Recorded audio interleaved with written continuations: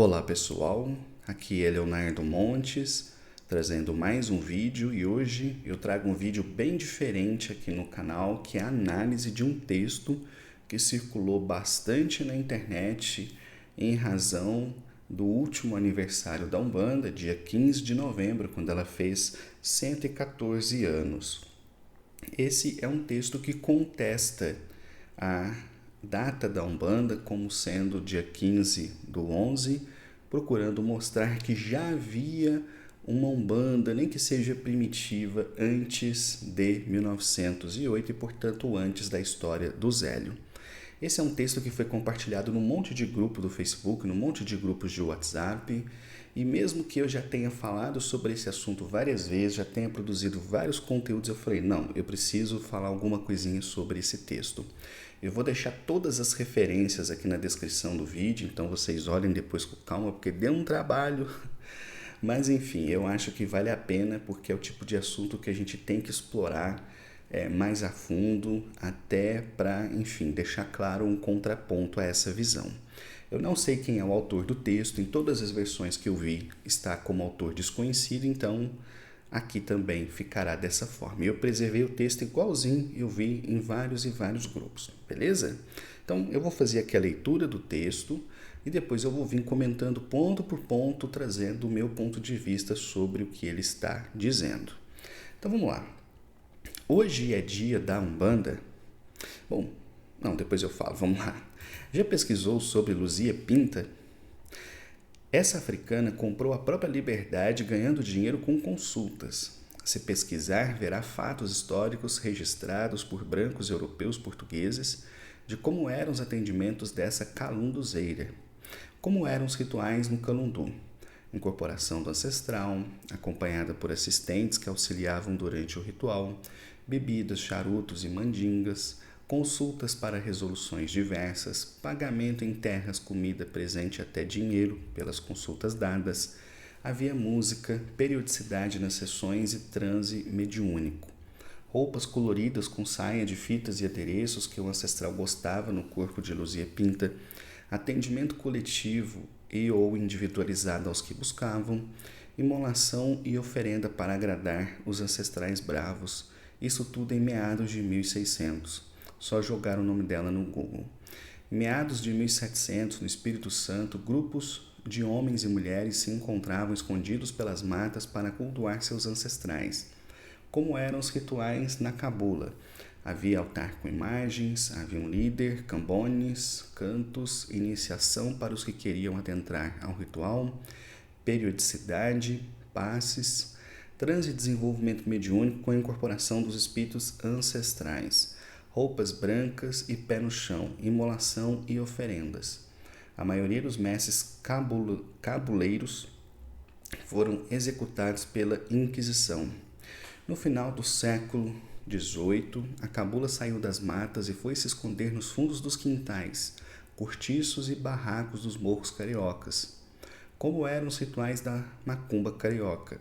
Tudo o que havia no calundu e na cabula, pontos riscados em tábuas de madeiras, manifestações dos ancestrais organizados pelos perfis, linhas de trabalho, periodicidade, desenvolvimento mediúnico, inserção dos orixás nos altares e louvações, uso de atabaques, imolação, deu-se a macumba carioca. Só pesquisar vai encontrar tudo isso. Agora, vamos relacionar o que a Umbanda tem que não herdou desses três cultos. Qual outro culto no mundo possui passe, consulta, incorporação do ancestral, oferenda, dança, canto, periodicidade, desenvolvimento mediúnico? Qual? Se Zélio não bebeu dessas fontes, o que fazia numa benzedeira que recebeu um preto velho? Se Zélio não bebia dessas fontes, como recebeu um preto velho que escolheu sentar num toco em pleno centro kardecista cheio de cadeiras? Onde Zélio bebeu da fonte, senão desses cultos para chamar o que ele inventou de Umbanda? Palavra de origem bantu que significa magia ou arte de curar. Por que as culturas pretas e ameríndias têm que provar tudo a todo mundo para ser valorizada? Pois é. Esse texto, então, circulou num monte de grupos, de WhatsApp, Facebook, muita gente contestando, a data de 15 do 11, não pela data em si, né, mas pela história do Zélio, dizendo que não, que antes já existia Umbanda, etc, etc. Bom, a primeira coisa que eu gostaria de dizer é que eu realmente acredito que a melhor data para se referir a Umbanda seria 16 de novembro e não 15. Por quê? Porque dia 15 foi o dia do episódio no Centro Espírita. Lá quando o Zélio recebe o caboclo, tem lá uma discussão com o dirigente. O dia 16 é o dia do primeiro culto. Para mim tinha que ser dia 16, mas houve um projeto de lei que foi votado dia 15, e por isso dia 15 é o dia da Umbanda. Mas independentemente disso, o que esse texto está questionando é que existiu uma Umbanda antes do Zélio. Então, vamos refletir, né? Bem, então ele começa aqui, já pesquisou sobre Luzia Pinta?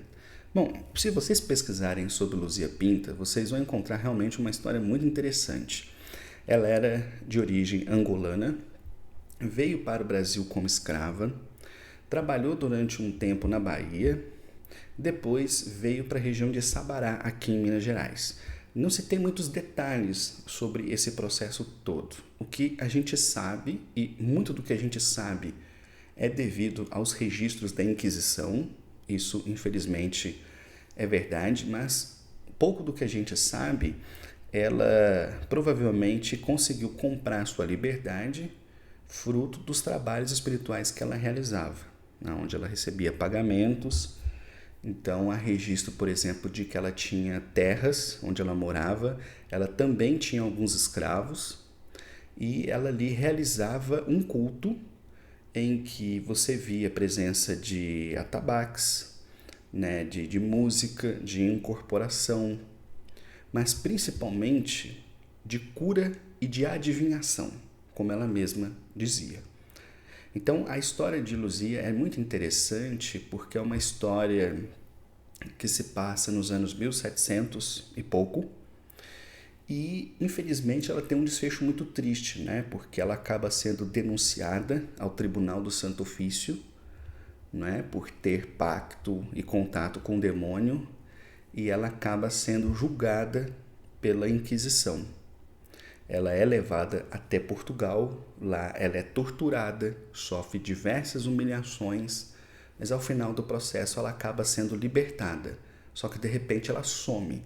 Então a gente não sabe se ela deu no pé ou se sumiram com ela. É uma história realmente muito triste que mostra os malefícios que a Inquisição causou, inclusive no Brasil. Embora, como a gente vai ver depois, a Inquisição não matou ninguém no Brasil. Né? Houveram sim execuções de brasileiros, mas estas aconteceram em Portugal, porque o Brasil não tinha propriamente um tribunal do Santo Ofício instalado.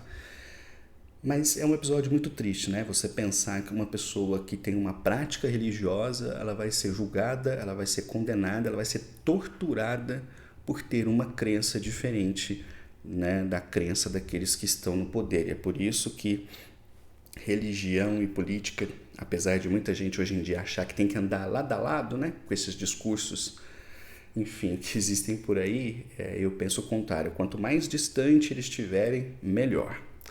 Bem, depois o texto diz, né, que ela comprou a própria liberdade, ganhando dinheiro com consultas, o que é provavelmente verdade. Só que o autor do texto, ele traz a história, né, de Luzia Pinta, meio que para dizer que o que ela fazia era uma forma de umbanda primitiva. Mas será que é mesmo? Então, eu peguei aqui um recorte, vocês estão vendo aqui o nome da minha esposa porque o Word está no nome dela. Eu peguei aqui um recorte, né, existem vários e vários registros, mas eu peguei apenas um, que está aqui na tese de doutorado, né, de Alexandre Almeida Marcuse, chamado Cativeiro e Cura, de 2015. E aqui tem um dos recortes, que eu vou ampliar aqui, que eu trouxe, de uma descrição de um trabalho dela. Então nós vamos ler o que está escrito aqui e vamos refletir se isso aqui parece Umbanda para vocês. Então vamos lá. Preparando um dossel, posta uma cadeira debaixo dele, se vestiu ela, Luísa, aliás, Luzia Pinta, de várias invenções, metendo certos pós na sua boca e também nas dos demais circunstantes, dizendo que os queria curar. Se sentava debaixo do dossel com um alfange na mão, fazendo zurradas à maneira de burro, e posta no mesmo dossel mandava tocar os atabaques, por 2 pretas suas e um preto, e cantar coisas que não entendiam. E tanto que se destoavam no toque e canto, dava saltos como cabra, e nesta forma, passada 1 hora ou mais, despertavam às pretas cantoras uma cinta que tinha apertada na barriga, com a qual fazia vários trejeitos, e então dizia que lhe chegavam os ventos de adivinhar. E cheirando as pessoas que ali estavam, aquela que lhe parecia dizer que tinha feitiços, lhe atirava com certos pós e ficava outra vez urrando como burro. E para se aquietar e sossegar, era preciso que as pretas e o preto batessem na boca e no sobrado, e zurrando também como burros. E quanto às invenções dos vestidos, eram umas vezes a turquesca e outras vezes a modo de anjo, nas quais havia variedades. Bem, é claro que esses textos, né, eles foram construídos ali já no processo acusatório, né, de Luzia, então a gente tem que considerar tudo isso, mas é o que eu sempre digo, se a gente vai se basear nesses textos para dizer que existia um trabalho, então a gente também tem que levar em consideração como é que esse trabalho é descrito. E para vocês parecer alguma coisa a ver com Umbanda? Para mim, praticamente nada, né? O fato ali de ter um atabaque tocando, mas era um outro culto. Então, é razoável dizermos que ela provavelmente fazia uma espécie de culto afro-católico. Até porque em outros momentos do seu processo de inquisição, que inclusive vocês encontram na internet, né, um episódio macabro e que vale a pena, enfim, ser conhecido, ela dizia que quem curava eram santos, não é? Então, ela não fala, pelo menos naquilo que eu li, ela não fala especificamente de espíritos, de entidades tomando seu corpo, mas sim de manifestações como se os próprios santos a estivessem acompanhando e conduzindo. Então era um culto afro-católico. Havia sim um certo sincretismo, mas vocês podem ver aqui pela descrição que não tem nada a ver, né, com o que a gente pensa e faz hoje em termos de Umbanda, certo? Bem, então continuando, agora eu só vou ler os trechos em que eu destaquei, tá? Então, como eram os rituais do Calundu? Beleza. Aí tem tudo isso aqui que eu já li. É uma coisa que eu não vou me alongar, porque eu acho que esses itens eles estão razoavelmente coerentes. Embora a gente não saiba direito como eram os calundus, porque são pouquíssimos relatos da existência desse tipo de culto e eles são descritos sempre de forma muito superficial, pelo menos até onde eu sei. Então, ok, eu acho que os itens que a pessoa elencou aqui, eles estão mais ou menos coerentes, mas o fato é que a gente não sabe como eram, de fato, os calundus. O único que a gente tem um pouco de conhecimento é justamente esse da Luzia. Mas o foco dos relatos está sempre no trabalho dela e não na religião que ela praticava. Então, isso é, de certa forma, bastante misterioso. Beleza, aí o cara cita então tudo isso aqui e aqui embaixo ele coloca isso tudo em meados de 1600. Bom, aqui a gente tem, né, um problema. Por quê? Olha só, a história da Luzia, o processo inquisitorial dela começa em 1739. Então, de 1600 para 1739 tem chão, certo? E os relatos conhecidos de calundus, eles são todos mais ou menos aqui dessa época, 1750, 1760, 1770, mas é razoável a gente pensar que talvez eles existissem antes disso, tá? Mas é preciso mostrar que tem uma diferença gritante aqui, né, de 139 anos entre, aliás, né, de pelo quase 100 anos, de meados de 1600 para 1739, quando efetivamente começa o processo dela, né? Bem, depois aqui embaixo ele vai começar a falar um pouquinho sobre a cabula, né? E vai dizer que em meados de 1700 no Espírito Santo. Aqui também há outro problema, né? Por quê? Veja, os relatos sobre a cabula, eles são de meados de 1800 e não de 1700, sendo boa parte deles produzidos já no finalzinho do século XIX, quase virada do século XX. Então está muito longe aqui de 1700, não é? Talvez já existisse cabula em 1700, pode ser que sim, mas os relatos que a gente tem, eles são de 1850, mais ou menos por aí, até a virada do século. Antes disso, que eu saiba, não se tem relatos. Beleza, e depois ele vai falar como eram os rituais de cabula, e aqui eu gostaria de destacar 2 pontos, né? O primeiro é sobre a amoralidade. Então, se a ideia é mostrar que, de certa forma, a Umbanda também é herdeira da cabula, acho que eu esqueci de fazer um comentário, né? Calundu, deixa eu voltar aqui, Calundu, embora escrito com C, é um termo que se usa a uma espécie de culto também afro-católico que existiu aqui no Brasil. É o que eu falei, a gente não sabe quase nada sobre isso, a gente só sabe que tinha alguns lugares em que escravos alforriados ou que compraram a sua própria liberdade organizavam um culto. Como era esse culto, a gente não sabe. Depois, não é? Isso aqui já nos anos 1700. Depois, já nos anos 1800, né? Meados dos anos 1800, surge esse culto chamado cabula e ficou muito famoso no Espírito Santo por conta da carta do Dom Nery, que foi um bispo que conversou com algumas pessoas sobre esse assunto, visitou alguns locais e fez uma carta sobre isso. E aqui é um ponto importante. Muita gente olha e fala, mas era um bispo católico, então ele pode ter aumentado, ele pode ter distorcido. Eu falo, ok, eu aceito isso. Mas se a gente vai utilizar a carta para dizer que o culto existia, então, no mínimo, a gente também tem que se basear na forma como o culto foi descrito na carta para ter uma ideia de como ele era, certo? Então, de fato, tudo isso aqui que ele elencou parece que está razoável, ok, eu concordo com isso. Porém, na carta de Dom Nery, existe 2 coisas que chamam a atenção. A amoralidade dos trabalhos, ou seja, haviam trabalhos para o bem, haviam trabalhos para o mal. Ele descreve isso que ele obteve de várias fontes, conversando com pessoas. Frequentemente havia guerra entre as cabulas, né? As pessoas faziam trabalhos com proposta até de matar o outro, isso está descrito na carta, né? E aí é aquela história, repito, a gente pode até contestar, né? Até que ponto, né, essa carta ela não está recheada de preconceito, mas se a gente vai usar ela para dizer que ela faz referência a um culto, então, repito, a gente tem que se basear nela para que a gente possa ter uma ideia sobre isso. Então, eu separei aqui alguns trechos da carta, tá? A carta é imensa, então eu separei só alguns trechinhos, ó. Vocês podem achar a carta completa no livro O que é Umbanda, volume 2, do Padrinho Juruá, página 33. Então tá aí a referência para quem quiser. Então, vamos ver, deixa eu só beber uma água aqui. Eu desligar o ar também, que está muito gelado já. Olha só, então vamos ver aqui uns trechos. O chefe de cada mesa tem o nome de Embanda e é secundado nos trabalhos por outro que se chama Cambone. A reunião dos camanás forma a Engira. Todos devem observar cegamente ao Embanda, sob pena de castigos severos.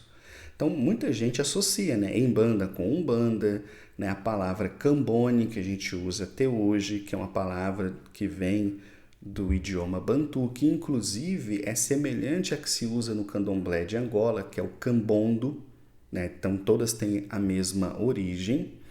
E aqui está dizendo, a reunião dos camanás forma uma engira, né? Que é o mesmo princípio, né? Botava as pessoas para girar e é aquilo que hoje a gente chama de gira. Então, muita gente olha isso aqui e fala, nossa, então são termos que a gente usa, né, nos terreiros, então deve ser que realmente venha daqui.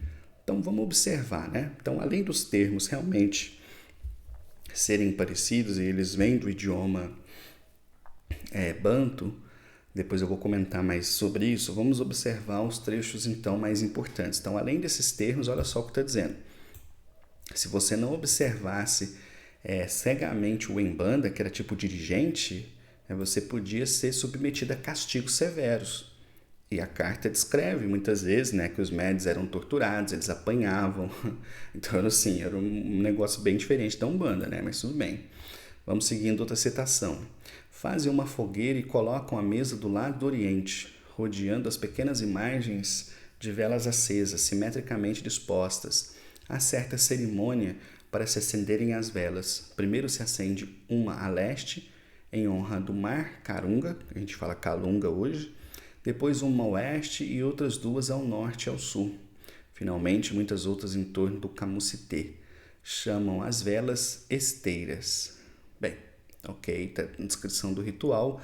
Aí muita gente vai dizer, tá vendo? Eles tinham um altar, eles usavam imagens, então isso é uma proto-umbanda. Então, calma que depois a gente volta nisso. O Umbanda, ora dançando ao bater compassado das mãos, ora em êxtase, recebe do Cambone o canduru, brasa em que foi queimado o incenso, trinca nos dentes e começa a despir chispas pela boca. Aqui, não sei se é isso, né? Mas dá a entender que ele punha alguma coisa quente pela boca e soprava isso, né? Como a gente vê de vez em quando essas provas de fogo, né? Pondo azeite quente, andando em brasa, imagino que seja algo do tipo. O caialo se apresenta humildemente vestido, calças brancas e camisa da mesma cor sem goma, e descalço. Logo que penetra no círculo, passa 3 vezes por debaixo da perna do Embanda. É a tríplice viagem, símbolo da fé, da humildade e da obediência ao seu novo pai, como dali por diante chamará ao Embanda. Então, aqui muitas pessoas também associam, né? Nossa, então eles usavam roupa branca, tinham os pés descalços, é verdade. Mas alguma vez você já viu alguém no terreiro, né, passando debaixo das pernas 3 vezes do Pai de Santo? Então, aí é uma diferença, né? Uma semelhança e uma diferença. Continuando, tome então uma vela acesa, benze e comece a passá-la por dentre as pernas, por debaixo dos braços, pelas costas de cada indivíduo. Se apagar a vela diante de qualquer camaná, grita logo em banda. Por conta de quem camaná fulano não tem café, cá tudo. O Cambone responde e começa então aquele pobre camaná a ser castigado com 2, 3, 4 pancadas nas mãos, com o quimbandom, que era uma palmatória, até que a vela não se apague mais. Então, coitado, né? Enquanto a vela não ficasse acesa, o cara recebia ali uns cascudos. Você já viu isso acontecer em algum terreiro de Umbanda? Eu nunca vi. De repente, um deles, geralmente em banda, verga o corpo, pende a cabeça e rola pelo chão em contorções. A fisionomia torna-se contraída, todo o corpo como que petrificado, e sons estertorados lhe escapam do peito. É o santé que dele se apoderou. Às vezes, um simples camaná merece ter o santé. Nesse período, fala e discorre sem ter aprendido sobre as coisas cabulares, como o mais perfeito e sabido dos embandas. O que são sujeitos a ter santé constituem uma espécie de médiuns do espiritismo e quase sempre terminam em bandas. Então, repito aqui o que é Umbanda, volume 2, Padrinho Juruá, página 33. Então, é inegável que tem algumas semelhanças, né? O fato de usar roupa branca, ficarem descalços, um altar com imagens católicas, o fato de usar velas, aparentemente dar abertura à manifestação dos espíritos, mas por outro lado tem um monte de coisa aqui que não tem absolutamente nada a ver com a Umbanda, né? Bom, essas semelhanças linguísticas, né, em termos de palavras, elas se explicam pelo seguinte. Eu sempre digo, a Umbanda é um culto que mistura elementos do espiritismo, do catolicismo e do candomblé. Só que tem um detalhe curioso no candomblé. O candomblé que mais influencia a Umbanda é o candomblé de Angola, que é justamente o candomblé banto, que é de onde vêm essas palavras. Porém, o culto que prevaleceu na Umbanda é o culto dos orixás, e não o culto dos inquices, que é o culto tradicional do candomblé de Angola. Então, isso ainda tem um certo mistério que precisa ser desvendado do ponto de vista histórico, né, para se entender por que isso aconteceu. Por que a influência bantu ela foi maior, mas na hora de definição do culto apareceram os orixás que vêm lá do povo iorubá e não os inquices e muquixis, como eles falam, né, que é a crença dos angoleiros, né, como se diz. Mas enfim, aqui também eu acho que cabe um detalhe, né? Uma vez eu perguntei para a entidade, né, o preto velho que me orientava, sobre essa questão do zero, né? Será que a Umbanda teria começado ali mesmo? E ele me disse que sim, que ali foi o ponto de partida. Só que, antes dele, a espiritualidade já vinha, até mesmo antes do fim da escravidão, ele me disse, tentando trazer a Umbanda para a Terra. Então pode ser que a cabula fosse, de um ponto de vista espiritual, uma tentativa de se fazer Umbanda na Terra? É possível. Mas é fato que, além de um monte de práticas completamente estranhas ao que a gente faz hoje no terreiro, também havia essa prática de amoralidade, trabalhos para o bem e trabalhos para o mal, que eu não coloquei aqui, mas se você procurar a carta que eu falei, é longa, você vai encontrar um monte de descrição sobre isso, né? Então, teria sido a cabula, que, aliás, a palavra cabula supõe-se que vem de cabala, né? A cabala judaica, que foi de alguma forma reinterpretada e dado o título de cabula. A outra coisa interessante, a cabula também era um culto secreto, tá? Diferentemente dos terreiros que estão abertos para receber todas as pessoas, mesmo durante os períodos de proibição, a Umbanda sempre teve essa característica. A cabula, além de não ter um templo físico, ela também era um culto secrético e iniciático. Você tinha que jurar segredo e havia inclusive risco de morte se você abrisse a boca. Mas eu fico pensando, será que a cabula realmente foi, do ponto de vista espiritual, uma espécie de... Apareceu um negócio aqui, achei que tinha dado B.O. Uma espécie de Umbanda tentada e que acabou não fluindo? Não sei. Essa é uma boa pergunta. Bom, vamos continuar aqui o texto. Beleza, então a descrição que ele faz da cabula deve estar razoavelmente ok, não me detive nisso. E que ao finalzinho ele diz, a maioria dos mestres cabuleiros foram executados pela Inquisição. Quando eu li isso eu pensei, caramba, executados pela Inquisição? Bom, e por que o meu espanto, né? Então, a Inquisição nunca executou ninguém no Brasil. Ah, Léo, você está defendendo a Inquisição? Pelo amor de Deus. É óbvio que não, né? Acho que não tem nada mais cagado na história do cristianismo do que Inquisição, né? Só que a Inquisição, de fato, não matou ninguém no Brasil, né? Existem aí estimativas de 20 e poucos brasileiros que foram, sim, executados pela Inquisição, mas eles não foram executados aqui no Brasil. E há um outro ponto importante, né? A cabula, ela se torna conhecida ali em meados para o final do século XIX, enquanto a Inquisição, ela deixou de existir no começo do século XIX. Então, a Inquisição deixou de existir para nós e também para os portugueses em 1821. Aqui a gente está falando de relatos que vêm de meados para frente, então não tem nem como colocar as duas coisas, né, no mesmo pacote.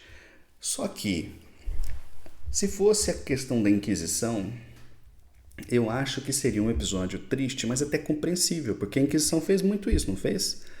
O que acontece, no entanto, com a cabula é uma coisa muito mais terrível, porque a cabula ela foi perseguida pela polícia. E aí sim teve um apoio da igreja, né? A igreja fomentou isso e a polícia começou a um processo de execução dos cabuleiros. É um episódio terrível da história religiosa do Brasil que poucas pessoas conhecem. Então, eu separei aqui essa notícia. Olha só, esse aqui é o mesmo livro lá do Padrinho Juruá, Macumba Diabólica em Itaúnas. Aí tá aqui a foto. Eu não vou ler, a matéria é grande, tá? Depois, se você quiser, baixa o livro, você acha na internet e aí você lê. Mas olha só, manchetes como essa, carregadas de sangue de feiticeiros, eram frequentes dos anos 30 aos anos 50, isso já no século XX, ok? No jornal A Gazeta, época em que temidos oficiais da Polícia Militar, como o Major Djalma Borges, atuavam no norte do estado, qual estado? Espírito Santo, matando os chefes das cabulas numa missão oficial planejada para o extermínio da principal seita de magia negra da região. Essa ação dos militares concentrou-se mais no vale de Cricaré, que hoje abrange os municípios de São Mateus e Conceição da Barra.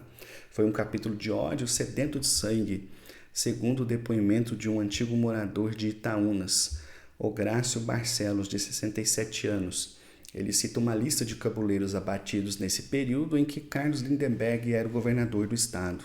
Isso aqui virou um terror, com policiais invadindo casas, espancando e matando cabuleiros e adeptos da cabula. Então, né, é um episódio realmente muito triste, né, que foi organizado aqui no Brasil e que muita gente não conhece. Então, é complicado, né? Isso faz parte da perseguição que houve, né, em finalzinho do século XIX, começo do século XX, infelizmente. Então, continuando o texto, como eram os rituais da macumba carioca? Aqui é o mesmo princípio. Ele coloca várias coisas que, na minha opinião, estão razoavelmente ok, mas por que eu não vou comentar isso? Macumba carioca é um negócio muito difícil de se entender. Por quê? Porque esse termo era um termo genérico. Então, agrupavam-se com o nome de macumba carioca um monte de cultos diferentes misturados entre si. Então, não dá para saber exatamente do que se está falando. Existe um livro chamado As Religiões do Rio, escrito por João do Rio e publicado em 1904, se não me falha a memória, isso eu estou falando de cabeça. Se vocês lerem esse livro, vocês vão ver descrições de trabalhos tão diferentes entre si que dá a impressão de que são vários cultos, mas que foram todos resumidamente chamados de macumba carioca. Então não vou nem comentar isso aqui porque é muito difícil saber o que realmente foi uma macumba carioca. Mas é fato que existiu no Rio de Janeiro, no começo do século XX, um monte de culto religioso diferente, ok? Cultos sincréticos, cultos vindos de várias partes da África e reunidos ali, principalmente pelo fim da escravidão e com a migração, né, dos ex-escravos para os grandes centros urbanos, o nascimento das favelas. Então, o que tinha de religiosidade diferente convivendo ali realmente era uma coisa impressionante. Mas aí, continuando, olha só, ele vai dizer uma coisa que eu acho que vale a pena a gente refletir. Qual outro culto no mundo possui passe, consulta, incorporação do ancestral, oferendas, dança e canto, periodicidade, desenvolvimento mediúnico, qual? Gente, tem um monte. Eu vou inverter essa pergunta, eu vou dizer qual culto africano possui isso? Porque geralmente os cultos africanos eles são conhecidos pelo transe com as entidades, não tanto pelo transe com os espíritos. Tanto é verdade que o candomblé de Angola é, dentre as grandes nações, a única em que você vê a incorporação do ancestral caboclo, em homenagem aos donos da terra. Então eles têm ali o transe com as divindades, os inquices, e também tem um culto específico em que baixa ali o caboclo, né, representando o dono da terra, o ancestral da terra. Os outros candomblés não têm. Eles até têm um certo receio, né? Chamam os espíritos de catiços e etc, etc, né? Então, assim, será que no mundo tem outros cultos ou será que isso aqui é uma coisa africana e que se desenvolveu no Brasil? E não, tem um monte de coisa, um monte de culto que faz isso. Então, vamos ver algum. Esse aqui é um trecho que eu peguei aqui do canal Boa Cumbeirinha Canto da Quianda. É um vídeo que viralizou, talvez você tenha assistido. Eu peguei ele porque foi o primeiro, enfim, que eu assisti, que mostra um transe, né, e incorporação entre alguns povos indígenas. Aliás, entre um povo indígena específico, mas isso sempre foi comum na história dos índios brasileiros. Você pesquisar sobre isso aí não tem mistério nenhum. Inclusive, hoje, o que se chama culto da Jurema, ou Jurema Sagrada, que é o que a gente vai ver depois, existia originalmente como um culto indígena no Nordeste, onde a manifestação de espíritos sempre foi comum. Então, olha que interessante, vou dar o play aqui.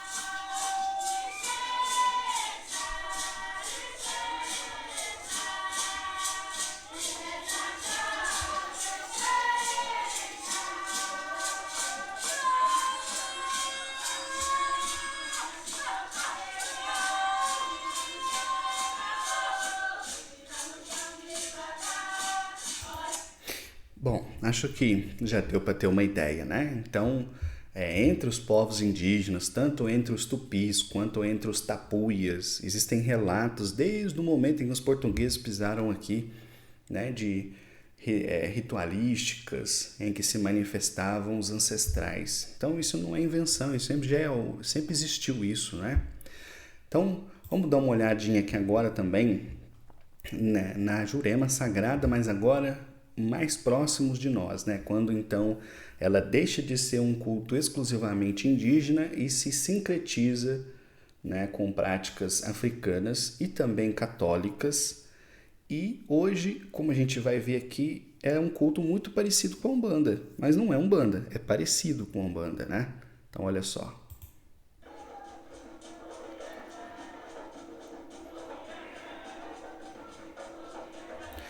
A forma como as pessoas ficam girando, né, me parece uma coisa de candomblé, né, uma coisa de xirê, mas ao mesmo tempo eles incorporam as entidades, né, os mestres.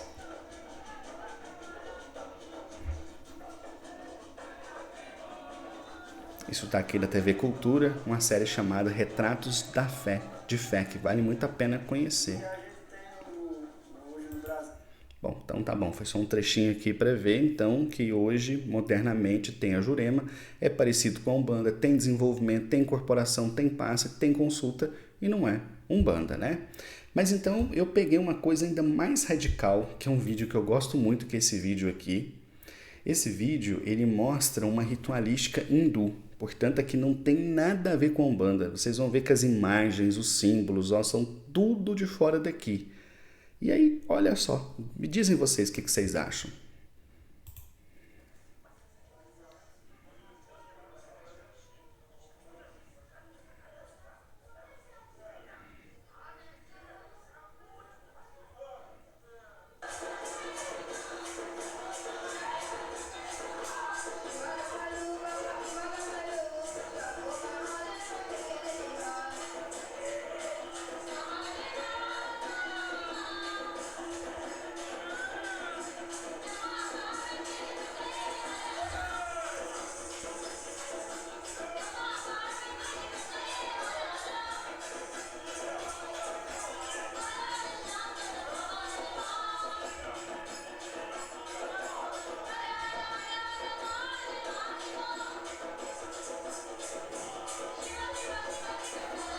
A médium em transe, aqui uma pessoa ajudando, como se fosse um cambone.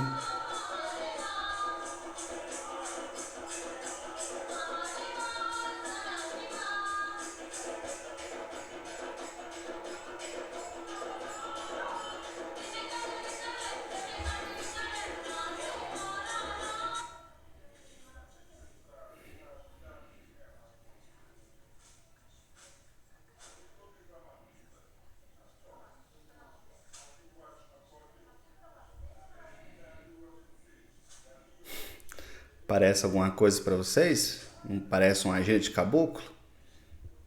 Tá aqui, templo hindu. Eu vou até voltar um pouquinho aqui no começo, que mostra um pouco o altar, né? Para não aparecer alguém falando que é uma umbanda, né? O tambor comendo solto.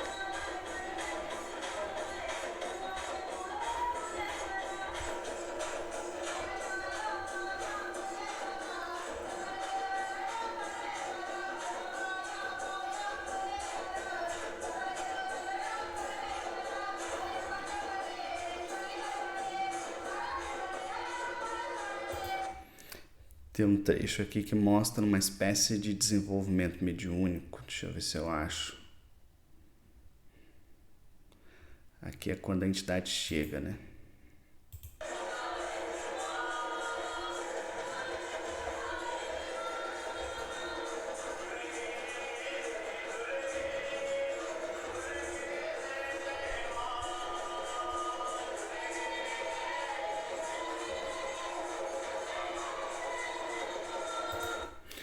Beleza, deixa eu ver a hora que tem. Aqui tem umas pessoas que vão chegando.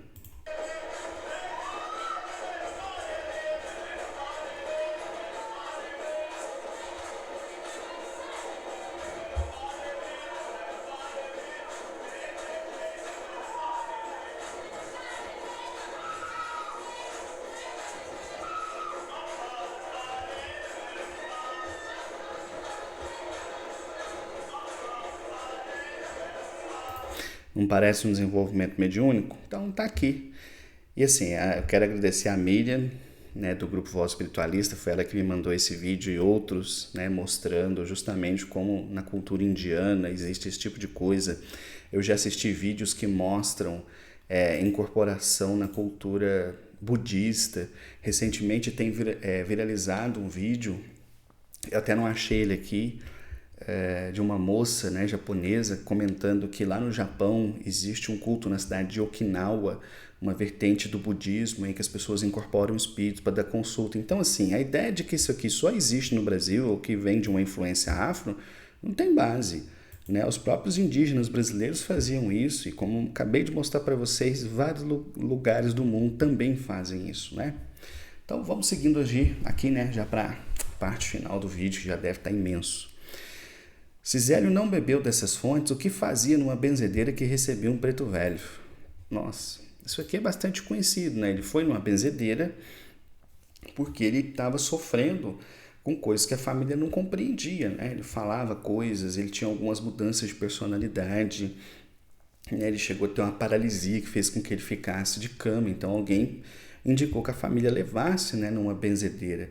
E essa benzedeira incorporava um preto velho.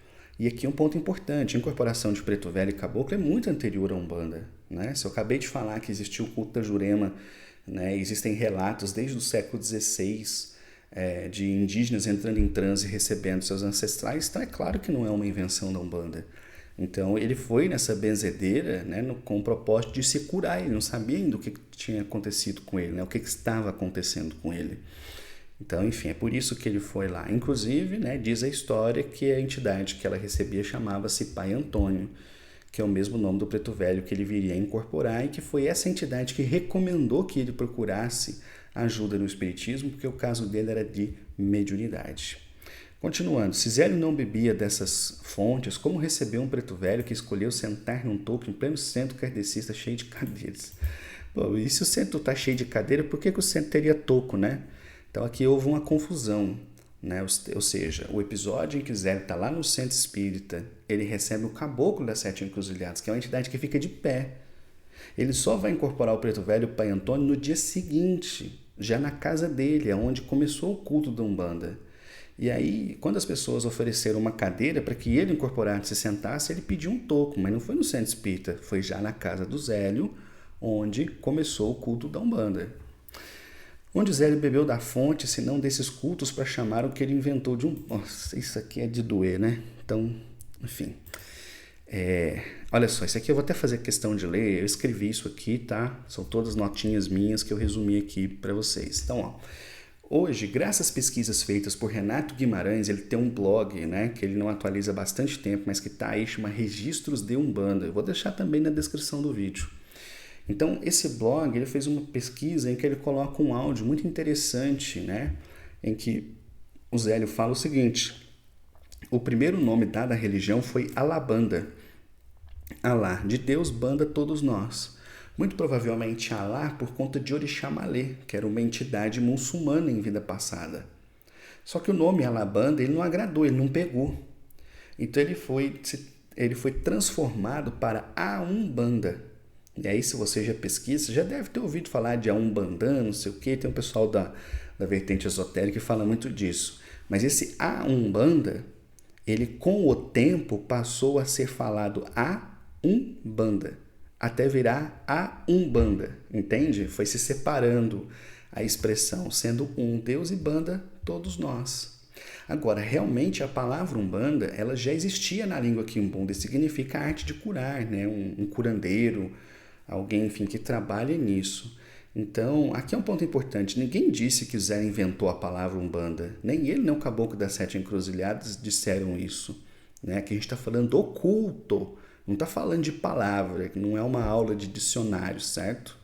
E aqui é preciso fazer uma reflexão, né? Existem palavras comuns em línguas diferentes. Pela explicação do Zélio, a intenção foi simplesmente falar que é Deus, que é único, banda todos nós, e daí vem a palavra Umbanda. Ele não cita em momento algum que ele se baseou na palavra Umbanda, que já existia no idioma quimbundo, que eu duvido muito que ele conhecesse com 17 anos de idade lá no Rio de Janeiro, em 1908. Mas seja como for, esse é o ponto. Ninguém está dizendo que a palavra foi inventada, e sim que o culto surgiu ali com eles. São coisas diferentes, né? São separadas. E aí, por fim, a pessoa coloca, né? Por que as culturas pretas e ameríndias têm que provar tudo a todo mundo para ser valorizada? E eu pergunto mais, por que a história do Zélio tem que ser desvalorizada para que tudo isso seja valorizado? Será que não dá para a gente pesquisar sobre os calundus, pesquisar sobre a cabula, pesquisar sobre as macumbas, entender todos os processos de preconceito, de perseguição que elas passaram sem ter que desvalorizar a história do Zélio? É incrível, né? Nos últimos tempos tem se acentuado muito esse discurso. O Zélio foi um cara... Deixa claro, eu não pratico a Umbanda do Zélio, ok? A Umbanda que eu pratico é diferente, mas ela tem valores em comum.